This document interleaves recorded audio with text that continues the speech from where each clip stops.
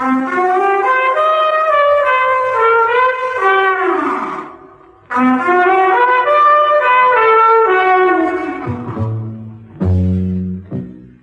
a private investigator means two things.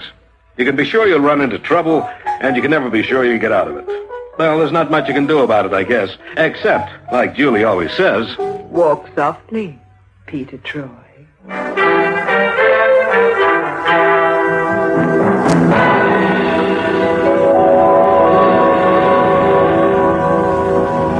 And now Peter Troy investigates The Blonde with the Delicate Air.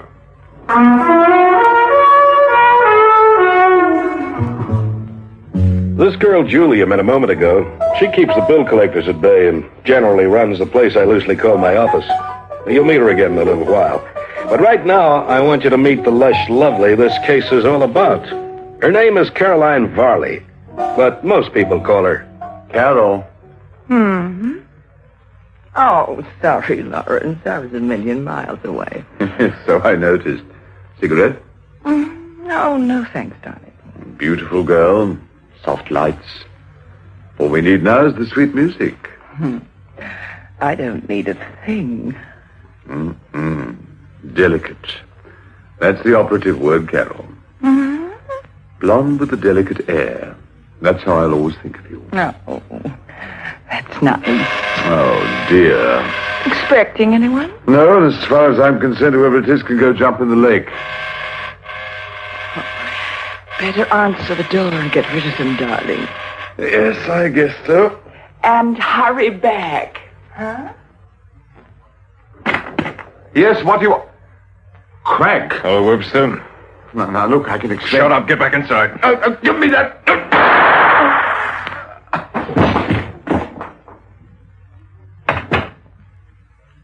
You didn't have to do that. I didn't mean to. He jumped me. Is he?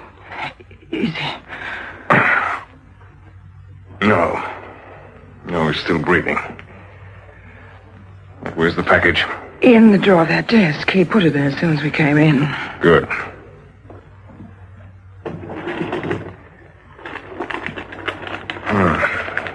Well, what happens now? We have someone deliver the package for us, that's all. Anyone in mind? Yes? Troy. Peter Troy. Oh, that name sounds familiar. A private investigator, Canadian. Tough. Very tough. And a ladies' man. Oh, yes, of course I remember now. Opened up here a couple of years ago. Done very well by all accounts. You think he'll do a job like this? Sure. The way we sell it, he'll be answering the appeal of a lady in distress. Meaning me? Mm-hmm. And afterwards? Afterwards, I'm afraid Mr. Peter Troy will just have to die. Pity. Necessary. Well, into each life some death must fall.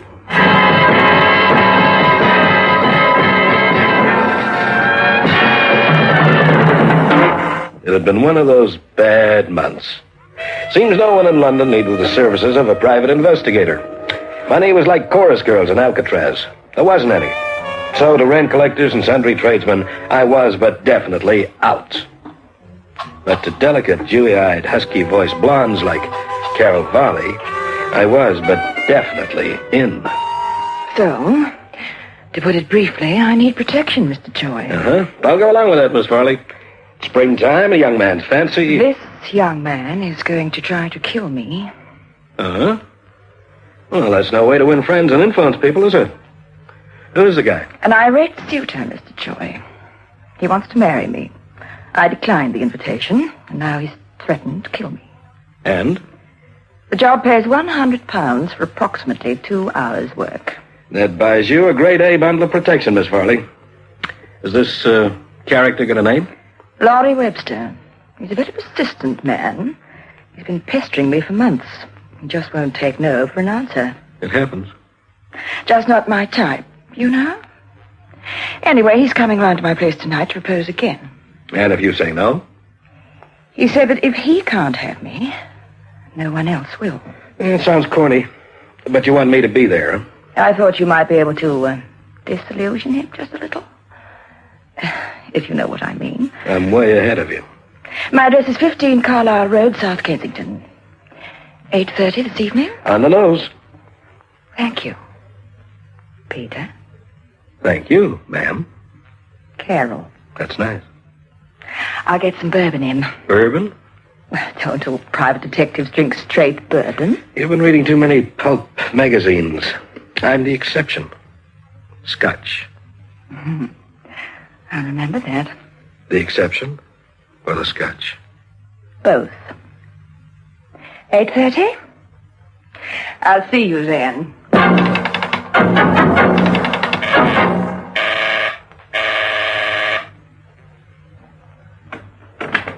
Hi. 8:30 on the nose. I like punctuality in a man. Come in. Thanks. Do you get many of these sort of assignments, Mr. Troy? Oh, well, I was going to talk to you about that. 100 pounds. That's a lot of money just to dissuade a guy from carrying a gal off to the altar. Why don't I go to the police? Uh-huh. I value my privacy, Mr. Troy. Don't you? Yeah.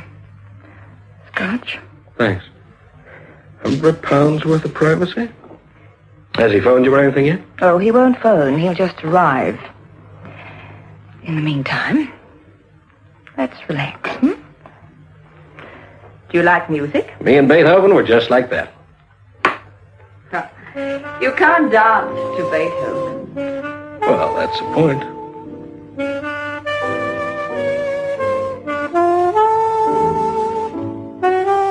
You dance very well. Thanks. It's a nice place you have here. It's home. No place like it. Hold it right there, Mr. Troy. Company, huh? Don't turn around and don't move, Mr. Troy. Nasty way to break in on a dance, mister. Isn't it, though? Oh, poor Mr. Troy. He danced so nicely. All right, Carol.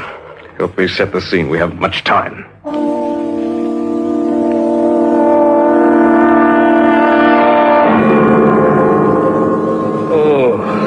Oh, brother, my aching head.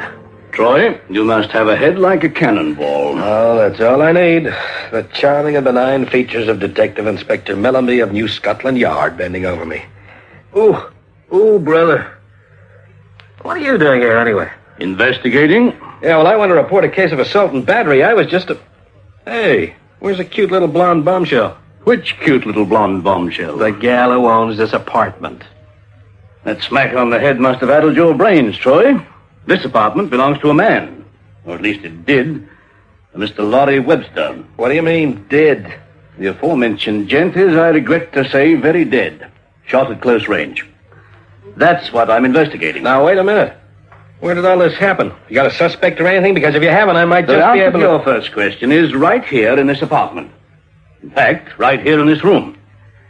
If you move your head a fraction, you'll see the late Mr. Webster stretched out on the floor just a couple of feet away from you. Hey, well, this just doesn't make sense. As for your second question, yes, I do have a suspect. A private investigator called Peter Troy. Oh, very funny. But I'm not in the mood for jokes. Want to tell me about it? Tell you about it? What would I want to kill Webster for? I've never even seen the guy. Gun's on the floor beside you. A Smith & Wesson .32. And I've no doubt your fingerprints are splattered all over the butt. Now, you know I don't use a Smith & Wesson. I got a license to carry a Browning automatic. A license which I regret to say must be withdrawn. Now, look, this is a frame, and you know it, Inspector. They set me up. Hey, how did you know about all this, anyway? A phone call, Mr. Troy. The caller said there was some trouble here in Carlow Road. Yeah, with me right in the middle, huh? Well, it's nothing to the trouble is going to be, just as soon as Your secretary, Julie's outside. Have Miss Summers come in, Constable. Right, sir. Miss Summers, please. Pete, they made me tell them about that girl. I get it all now. Julie told you about the blonde that came to see me this afternoon, the girl who wanted a bodyguard to protect her from an over-anxious suitor, and you think that I think you took your duties too seriously. You didn't have to shoot him, you know. I didn't shoot anybody. Oh, maybe the Smith & Wesson belongs to him, eh? He pulled it on you, there was a struggle. You got possession of the gun, pulled the trigger. Now, look, you know me. I'm the sort of guy that goes around giving people lead poisoning. I could take that weasel lying over there with my hands tied behind my back. That weasel gave you a fair-sized clout on the noggin, laddie. Julie, You better get hold of Randell. Looks as though I'm going to need a lawyer. You're already legally represented, Mr. Troy. Huh? All right, you can come in now. Thank you. Who are you? Oh, my name's Regan, of Regan and Forsyth Solicitors. My card. I shall be happy to look after your case, and for the moment I strongly advise you not to answer any more questions. Who sent for him? Yeah, I heard about the disturbance and thought you might need help. Furthermore, I think I can furnish the police with a witness. A witness whose testimony will clear you completely, Mr. Troy. Well, now, that's more like it. Where are you going to get this witness from, Mr. Regan? Now, Inspector, you should know better than that. The defense cannot give away its sources of information at this particular juncture. Now, I should like word in private with my client, please. This way, Mr. Troy. Just don't try and leave this flat, either of you. Well, now, Mr. Regan, I think it's all very charming, but You're in trouble, Mr. Troy. Bad trouble. In fact, it would seem that you could wind up with a rope around your neck. Yeah, but I thought you said something about a witness. Yeah, I did. But I omitted to say in front of the inspector that my particular witness, if she gave her testimony, would most certainly take you straight to jail. You see, Miss Carol Varley was here when you shot down Laurie Webster. Well, I know that she was... Ah. You mean she's part of the frame? A rather, luscious frame, don't you think, to coin a phrase? Yes, I'm afraid you're in trouble, Mr. Troy. Real trouble. Well, this was certainly cute. This was really cute. This was the tender trap. The more you struggle, the deeper you get into it. But this guy Regan, now here was an angle. Yes, a rather delicate predicament, isn't it? Of course, I'd like to help you, Mr. Troy. The lady sent you? As a matter of fact, yes. How come? She has a proposition. She had one before. Look where it got me. This could be an answer to your problem. You see, I can tie up the police legally and demand your formal bail. Without Miss Varley's testimony, they have very little real evidence. You ever watched Inspector Mellenby at work? He makes Dick Tracy look like an amateur. Nevertheless, I can get you out of here. And?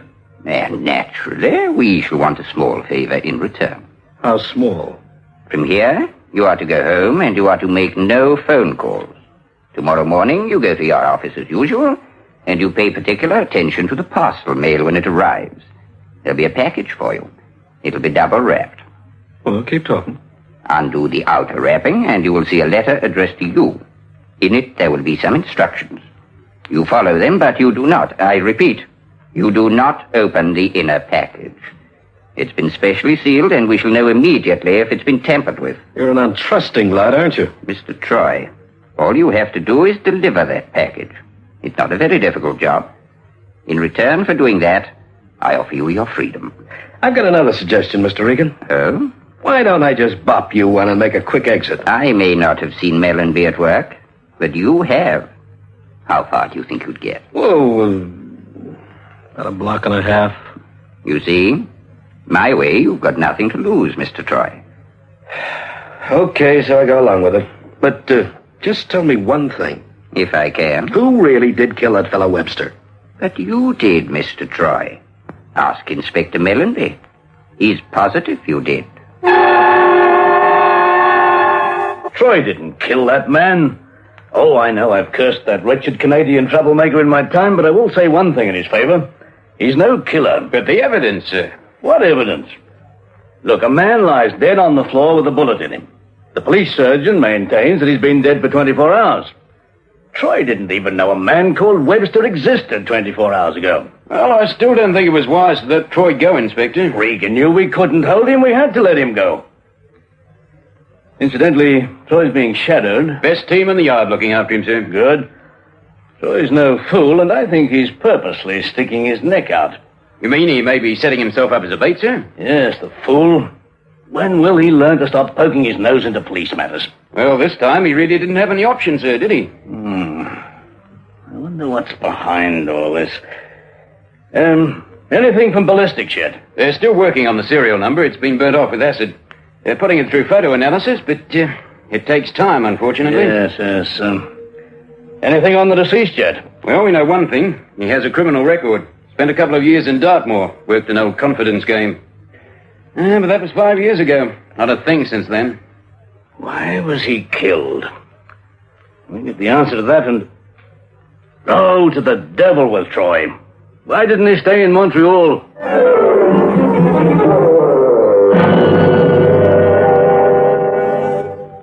What's the package, Pete? Present from Santa Claus for being a good boy all year. Pete. I'm sorry about blabbing to the police. I had no idea. That's okay, honey. I just wanted to help. That's nice. How is it you get yourself into so much trouble, Pete? Trouble and me got married a long time ago, baby. Will they arrest you again? No. How can you be so sure? Because Mellenby knows I didn't kill Webster. Oh, but He was looking for a patsy, too. You got your notebook handy? Yes. Well, take this down. Troy, deliver the enclosed package to a Mr. Giles Nolan, Honeywick Cottage, Levendale. Levendale? Where's that? Buckinghamshire, about 40 miles from London. Deliver it today. Deliver it unopened. You're being watched. Pete. Make with the pencil, honey. You're being watched, and if you attempt to contact anyone else, there'll be trouble. An old word again. Don't allow yourself to be followed by plainclothesmen. And my angel, our anonymous letter writer, has enclosed 20 crisp little fibers. They look real, too. Oh, there's a postscript. No matter what happens, this package must reach Levendale. Pete, I'm getting that old feeling again. It looks as though someone's going to try and stop me from getting this package to Mr. Nolan, doesn't it? Well, let me ring through to Inspector Mellon. Oh, no. Well, you just put that copy of the letter into an envelope and send it to him express. Addressed to his home, not Scotland Yard. Okay? But it'd be so much easier to phone. You're a sweet, innocent babe, and I love you like a brother. I've got a brother. You know something? I bet our phones are tapped this morning. Oh, Pete, don't go. Judy calls. See you. Oh, men. Peter Troy Investigations. Miss Summers, Yes. I gather Mr. Troy has left. Who is this? Never mind. Just don't make any phone calls today, Miss Summers. Otherwise, I'm afraid you'll never see your employer again. What? And don't answer the phone if it should ring. But And don't attempt to leave the office until 5:30 this evening. Stay just where you are. But I have to go to the post, and I Don't certainly... attempt to leave the office. You are being watched. Leave the post till tomorrow, or you won't live till tomorrow. But... Hello? Hello?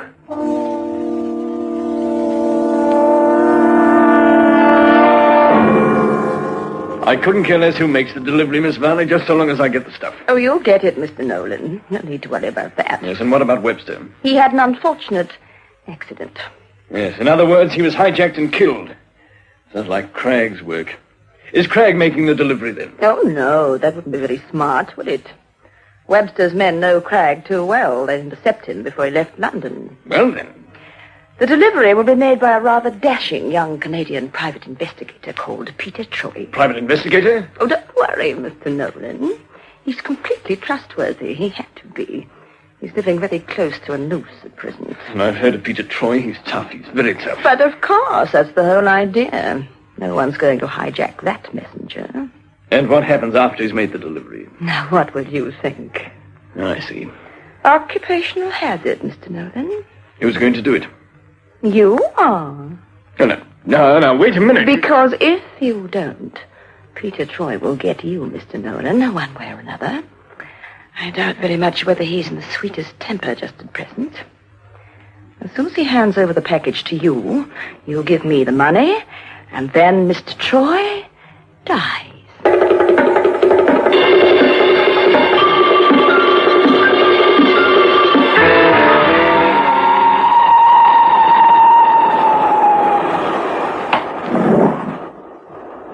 Excuse me, sir. Are these seats taken? I'll be my guest. Nice weather for this time of year. Isn't it, though? Going far? Oh, just as far as Levendale. Say, excuse me a minute, will you? I'd just like to get something from the rack above you. Can I give you a hand? No, thanks. I can manage. All I really want is this briefcase. Ah, there we are. Just want to get something out of it. My gun, as a matter of fact. Now, look. I'm a very nervous sort of guy, so just don't make any sudden moves. Well, now, I guess you're a couple of Caroline Viley's little playmates, huh? Mr. Regan sent you? Now, Troy. Oh, you know my name. Well, that's neighborly. Now, just take off your neckties. Our ties? All the better to tie you up with. Troy, we're police officers. I'm Sergeant Benson, and this is... Don't make me laugh. You characters have been tailing me ever since I left my office this morning. Okay, get those ties off, or I'll have to do it the hard way.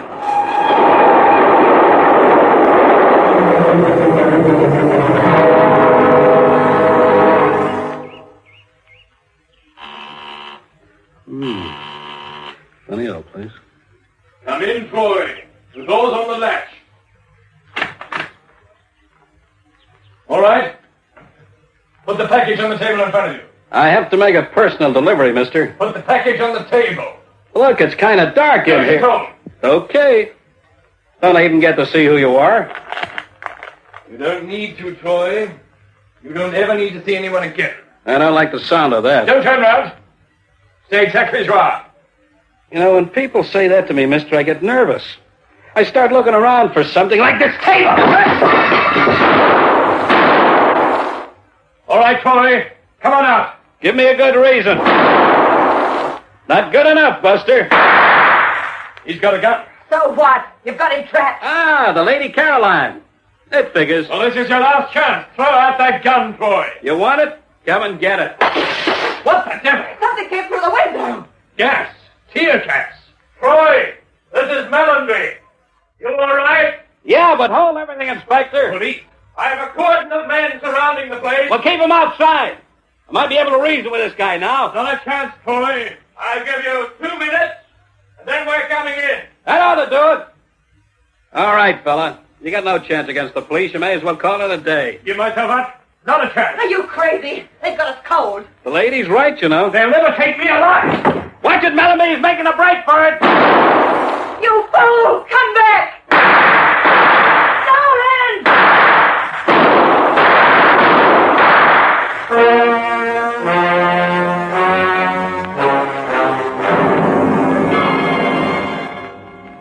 Tear gas. Well, couldn't you find some other way, Inspector? In any case, how come you got to the scene in the nick-off? Well, Troy. You can thank your lucky stars you've got an efficient secretary. Well, yeah, I'm glad you delivered a message, Delivered the message? You don't know the trouble I had doing that little chore. I was being watched. I couldn't leave the office, nor could I use the phone. But at 9:30 this morning, I had a visitor. Guess who?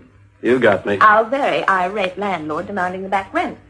I gave him the letter and told him to take it straight round to Inspector Mellenby. Okay, so you're a genius. Troy, did you have any conception of what was in store for you? Yeah, sort of. But I had to play it out. Otherwise, we're going to lose track of our playmates. It is dope, isn't it? Heroin. There was enough of the pure stuff in that package to poison a herd of elephants. It was hijacked from the dead man, Webster. He had it smuggled in. Carol and her boyfriend decided to take it from him and make the delivery themselves. And the difficulty was getting it to Nolan. Webster's boys knew Carol's boyfriend. The delivery had to be made by a stranger. And her Troy. Well, I'm glad I was ready for the ambush. Oh, and in future, Troy, please try to refrain from tying up my police officers in trains. They don't appreciate it. They really were your men? They were. You heard what the man said. Hmm? Walk softly, Peter Troy.